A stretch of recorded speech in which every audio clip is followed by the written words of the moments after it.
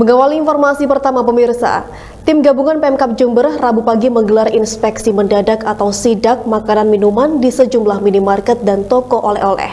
Sidak ini sebagai langkah Pemkab Jember dalam melindungi masyarakat dari makanan yang kadaluarsa ataupun tidak memiliki izin. Tim dibagi dua kelompok dengan sasaran minimarket dan pertokoan di pusat kota Jember, serta satu tim lainnya menyisir di sejumlah swalayan yang berada di wilayah pinggiran Jember. Seperti inilah proses inspeksi mendadak tim gabungan Pemkab Jember yang terdiri dari Dinkes, Disperindak, Satpol PP, BPOM, dan Polres Jember. Titik pertama, tim mendatangi toko pusat oleh-oleh di Kelurahan Gebang, Kecamatan Patrang, Jember. Satu persatu produk diperiksa oleh petugas, sasarannya produk yang tidak mempunyai atau tidak mencantumkan label sertifikat produksi pangan industri rumah tangga atau SPP PIRT, tanggal kadaluarsa, kualitas mamin, serta kondisi kemasan rusak.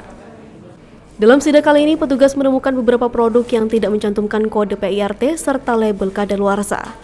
Sejumlah produk tersebut akhirnya diamankan, dipisah dari produk lain, lalu ditata dan nantinya akan dikembalikan lagi ke supplier karena memang tidak layak edar.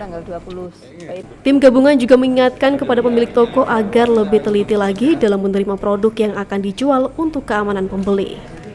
Kita adalah barang-barang pangan yang ada di sini, itu penempatannya dibedakan dengan barang-barang non-pangan. Tadi masih kita temukan kertas-kertas, produk kertas dan lain sebagainya itu bercampur dengan sediaan pangan yang ada di ruangan kita ini. Yang kedua, di dalam rangka kita pengawasan pada siang hari ini, kita temukan ada ketidaksesuaian label, terutama barang-barang yang sedang di depan kita ini, Bapak Ibu. Ini adalah barang-barang yang secara label ini kurang sesuai apabila barang ini diedarkan. Ada barang yang tidak ditulis kode produksinya.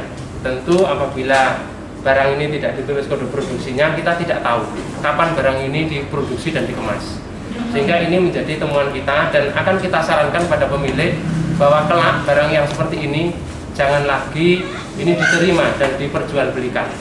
Yang kedua adalah kita temukan juga kode PIRT yang tidak lazim yang dikeluarkan oleh PTSP, kalau yang dulu oleh Dinas Kesehatan, saat ini kita temukan mungkin itu kode PTSP PIRT maksudnya, kode PIRT itu mungkin dari mana kita tidak tahu, tapi ini angka-angkanya tidak lazim, sehingga terhadap produk yang kita temukan seperti itu karena tidak kesesuaian label, ini kita sendirikan dan saat ini sedang kita turunkan. Ini menjadi bahan masukan pada pemilik agar kelak para supplier itu di dalam rangka memasukkan produk ke tempat ini mohon disertakan fotokopi PIRT-nya Ibu, supaya Ibu terlindungi dalam rangka mengedarkan ini.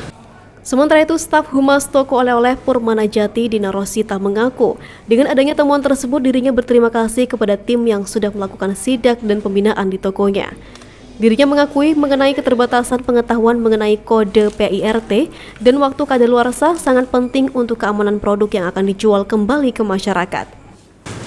Sebetulnya begini Mas, jadi memang Purmanajati itu kan memang wadahnya teman UMKM untuk ini ya, untuk menitipkan barangnya gitu. Kemudian teman-teman UMKM itu biasanya pelaku-pelaku UMKM yang baru itu memang minim keterbatasan tentang pengetahuan adanya ketentuan-ketentuan yang berlaku. Jadi kayak betapa pentingnya nomor PIRT, terus tanggal expired date-nya, terus kode produksinya. Itu kan memang teman-teman itu minim ya keterbatasan tentang itu pengetahuannya. Dan dari pihak kita sendiri, teman-teman yang di sini juga minim keterbatasan tentang itu, gitu. Yang penting dari kita itu kan rasa dulu, gitu. Rasanya enak, kemudian punya daya jual, kita terima, gitu. Tapi dengan adanya pembinaan seperti ini, kita juga akhirnya tahu bahwa kode-kode yang seperti itu penting ternyata, gitu. Sidak dilanjutkan di sejumlah titik seperti toko parsel dan penjual oleh-oleh di sekitar kawasan Kecamatan Kaliwates. Dari Jember, Yudisa di Jember 1 TV melaporkan.